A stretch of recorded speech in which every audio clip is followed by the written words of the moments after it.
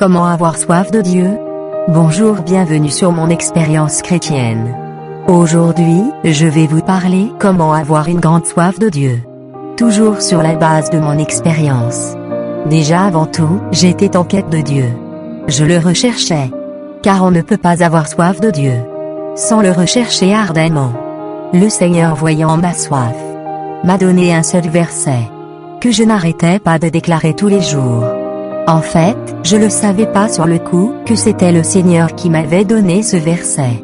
C'est quelque temps plus tard que j'ai compris que le Seigneur m'avait donné le verset qui allait changer toute ma vie. Je dis le verset qui allait changer toute ma vie. Car sans une grande soif énorme du Seigneur, notre vie spirituelle ne peut pas avancer, ne peut pas tenir. Il faut vraiment avoir une soif énorme de notre Dieu pour pouvoir traverser tous les obstacles. Qui nous dit non quand on veut avancer avec le Seigneur?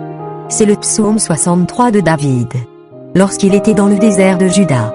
Ô Dieu, tu es mon Dieu, je te cherche, j'ai soif de toi. Tout mon être soupire après toi, comme une terre aride, desséchée, sans eau. Psaume 63, 2. David, en invoquant Dieu dans le désert, fait penser à notre vie spirituelle. Même dans ce désert, il avait soif de Dieu.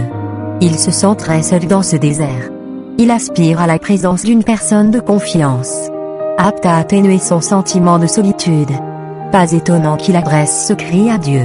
Alors je peux vous dire juste par ce seul verset, le Seigneur vraiment est venu combler ma vie d'une soif inaltérable. Je veux tout le temps plus. Toujours plus du Seigneur. Tu sais, j'ai envie de te dire, toi qui cherches le Seigneur, en fait tu le sais pas mais, tu as soif de lui. Quand tu dis, comment avoir soif de Dieu? Comment rester vraiment profondément dans les choses de Dieu? Comment avancer dans les choses de Dieu? Comment avoir faim de Dieu? En fait, en te disant tout cela, tu as soif de Dieu, tu as soif du Dieu vivant.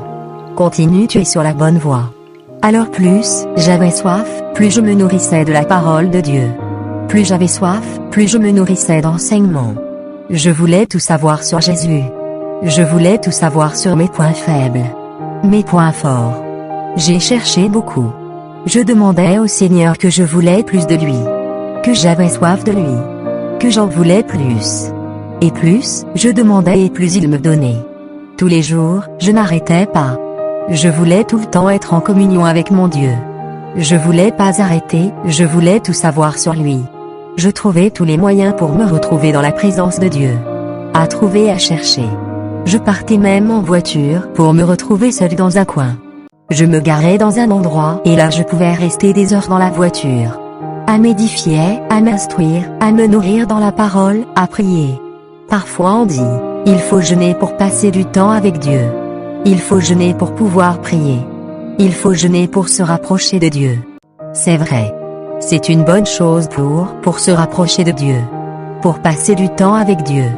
Mais moi, je peux vous dire, dans les moments de soif, on n'a pas besoin de tout cela.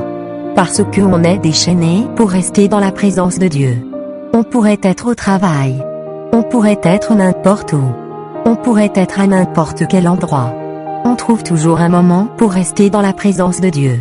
Alors si tu as soif, continue avec ton Dieu. Cherche et n'arrête pas. Le Seigneur est avec toi, il va te propulser loin. Si tu n'as pas soif, prie ton Dieu pour qu'il te donne la soif, car ça vaut le coup. Voilà, j'espère que cette édification t'a fait du bien. Et va te rebooster dans ta quête de Dieu. Et te donner énormément la soif du Seigneur. Que cela soit ton partage au nom de Jésus-Christ.